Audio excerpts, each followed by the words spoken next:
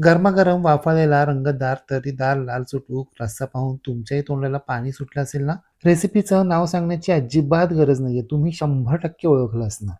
बरोबर, अगदी बरोबर. हा आहे कोल्हापूर स्पेशल झणझणीत, चमचमीत, रंगतदार, तर्रीदार तांबडा रस्सा. याआधी आपण चिकन पांढऱ्या रस्स्याची रेसिपी पाहिली होती. आज पाहतोय झणझणीत, चमचमीत, रंगतदार, तर्रीदार, लाल सुटूक चिकन तांबडा रस्सा.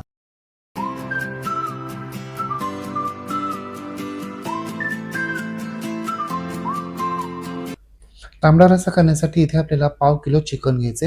ही चिकन आपल्याला 3-4 वेळा पाण्यानं चोळून स्वच्छ धुवून घ्यायचे. त्यातलं सगळं पाणी निथळून काढायचे आणि या चिकनला आपल्याला अर्धा चमचा मीठ आणि पाव चमचा हळद लावून घ्यायची आहे. आपल्याला चिकन रस्सा करायचा आहे, त्यामुळे आपल्याला चिकन घेताना बोन चिकन म्हणजे हाडांचं चिकन घ्यायचं आहे. त्यामुळे रश्श्याला खूप छान चव येते.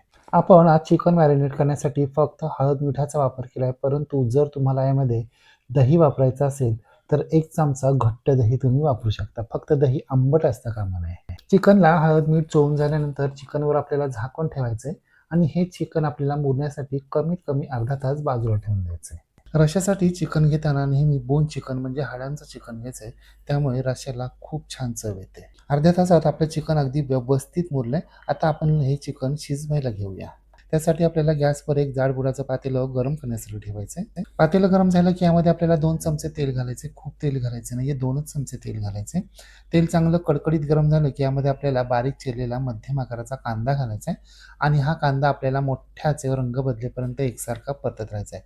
कांदा चांगला परतून घ्यायचा आहे. कांदा जर कच्चा राहिला ना तर रश्श्याला कच्चा असा उग्र दर्प येतो. कांद्यानं रंग बदललाय, कांदा चांगला परतून झालेला आहे. आता यामध्ये आपल्याला चिकन घालायचे. गॅसची फ्लेम मोठी करायची आणि मोठ्या आचेवर हे पहा सांडशीच्या साहाय्यानं पातेलं धरायचे आणि कांदा चांगला मिक्स होईपर्यंत हे चिकन आपल्याला मिनिटभर असंच हलवत राहायचे. त्यानंतर मात्र चमचेच्या साहाय्यानं व्यवस्थित मिक्स करून घ्यायचे आणि मोठ्या आचेवरच हे चिकन आपल्याला रंग बदलेपर्यंत एकसारखं हलवत राहायचे. चिकनला चांगला चटका बसायला हवा, म्हणजे चिकनचा सगळा कच्चा उग्र दर्प उडून जातो. हे पहा मोठ्या आचेवर एकसारखं 3-4 मिनिटं हलवत राहिल्यानंतर चिकनचा रंग बदलायला सुरुवात झालेली आहे. चिकन पांढरट दिसायला लागले आणि वाफही चांगली धरलेली आहे. आता पातेल्यावर झाकण ठेवायचे आणि या झाकणामध्ये आपल्याला वाटीभर पाणी घालायचे. गॅसची फ्लेम बारीक करायची आणि हे चिकन आपल्याला असंच वाफेच्या पाण्यावर शिजून घ्यायचंय. ताटावरचं पाणी गरम झालं, पाण्याला चांगले बुडबुडे आले, वाफ आली की हे पाणी आपल्याला या चिकनमध्ये म्हणजे पातेल्यामध्ये घालायचे. पुन्हा झाकण ठेवायचे, पुन्हा झाकणामध्ये पाणी घालायचे. असं आपल्याला चिकन शिजेपर्यंत करायचंय. परंतु पहिल्यांदा पाणी घातल्यानंतर हे चिकन आपल्याला अशा पद्धतीनं हलवून घ्यायचे, म्हणजे खाली लागणार नाही. दुसऱ्यांदा तिसऱ्यांदा पाणी घातल्यानंतर आपल्याला असं हलवण्याची गरज नाहीये आणि झाकणामध्ये पाणी घालताना नेहमी वाटीचा, ग्लासचा किंवा तांब्याचाच वापर करायचा आहे. एका ग्लासमध्ये 2 वाट्या पाणी बसतं आणि एका तांब्यामध्ये 2 ग्लास पाणी बसतं, म्हणजे एका तांब्यामध्ये 4 वाट्या इतकं पाणी बसतं. यावरून आपल्याला किती वाट्या चिकन स्टॉक करायचा आहे किंवा किती वाट्या चिकन स्टॉक तयार झालाय हे पक्क लक्षात येतं. हे पहा 20 ते 25 मिनिटात मी 4-5 वेळा पाणी बदललंय आणि मधल्या वेळात मी गॅसची फ्लेम मंद ते मध्यम याच्यामध्ये ठेवली होती, कारण झाकण ठेवल्यानंतर चिकनला आतमध्ये एकसारखी बारीक उकळी असायला हवी. आता आपलं चिकन शिजलंय का ते पाहूया. हे पहा चिकनचे अगदी पटकन 2 तुकडे होत आहेत, याचा अर्थ आपलं चिकन व्यवस्थित शिजले. आता गॅस बंद करायचा आहे. आपल्याला आज तांबडा रस्सा करायचा आहे, त्यामुळे चिकन स्टॉक आणि चिकनचे पीस आपल्याला वेगवेगळे करून घ्यायचे. फक्त एकच चिकनचा पीस आपल्याला स्टॉकमध्ये घालायचा आहे. हल्ली सगळीकडे हॉटेलमध्ये जी नवीन डिश पाहायला मिळते ना, अळणी भात. अळणी भात हा चिकनचा स्टॉक म्हणजेच अळणी पाणी, यापासूनच भात तयार करतात. फक्त या चिकनच्या स्टॉकमध्ये अगदी थोडंसं आलं लसूण आणि मोजक्याच काही खड्या गरम मसाल्यांचा यामध्ये वापर करून त्यापासून अळणी भात करतात, इतकंच.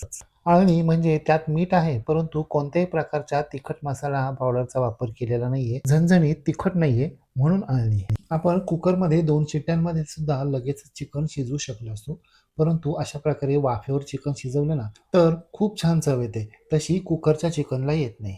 आता आपण लगेचच तांबडा रस्सा करायला घेऊया.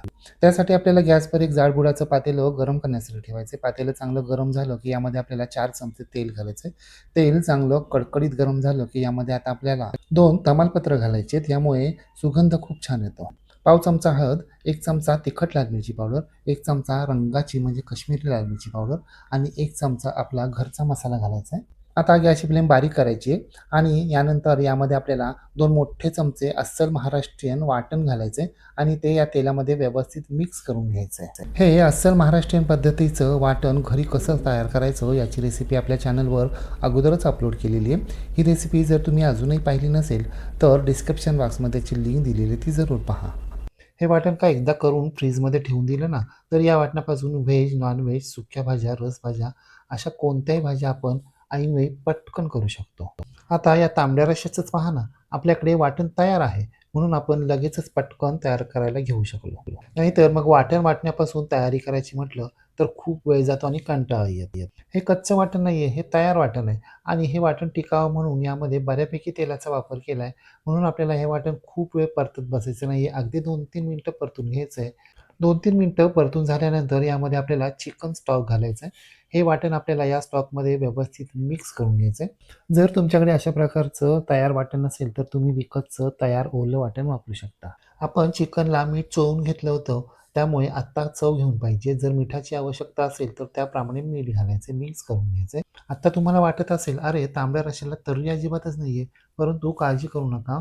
थोड्या वेळानं याला चांगली लाल भडक तर्री येणार आहे. आता गॅसची फ्लेम आपल्याला मोठी करायची आहे आणि मोठ्या आचेवर या रश्श्याला आपल्याला खळखळून उकळी आणायची आहे.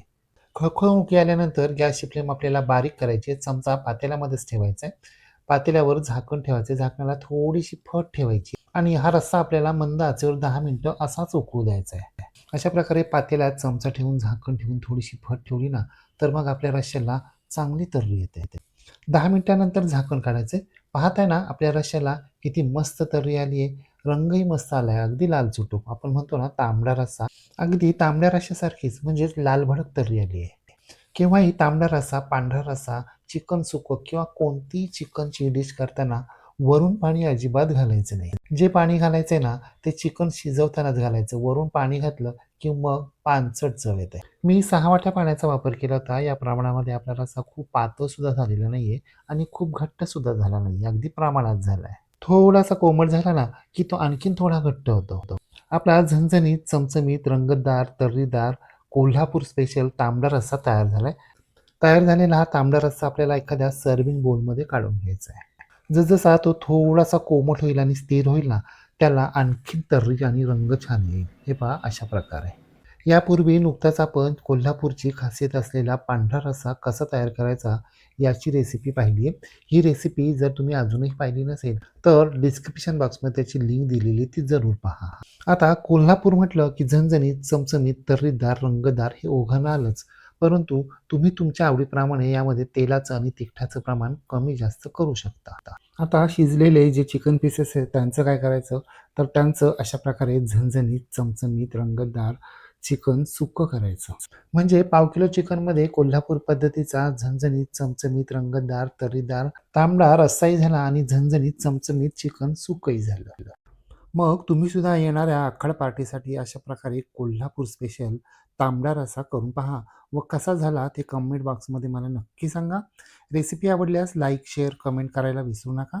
आणि हो, तुम्ही जर अजूनही गृहविष्णू किचन चॅनलला सबस्क्राईब केलं नसेल, तर प्लीज नक्की सबस्क्राईब करा. शेजारील बेल आयकॉनवर प्रेस करा, ऑल सिलेक्ट करा. म्हणजे माझ्या नवनवीन रेसिपींचे नोटिफिकेशन तुमच्या मोबाईलवर येतील. पुन्हा भेटूया अशाच एका नवीन रेसिपीसह. तोपर्यंत नमस्कार व रेसिपी शेवटपर्यंत पाहिल्याबद्दल धन्यवाद.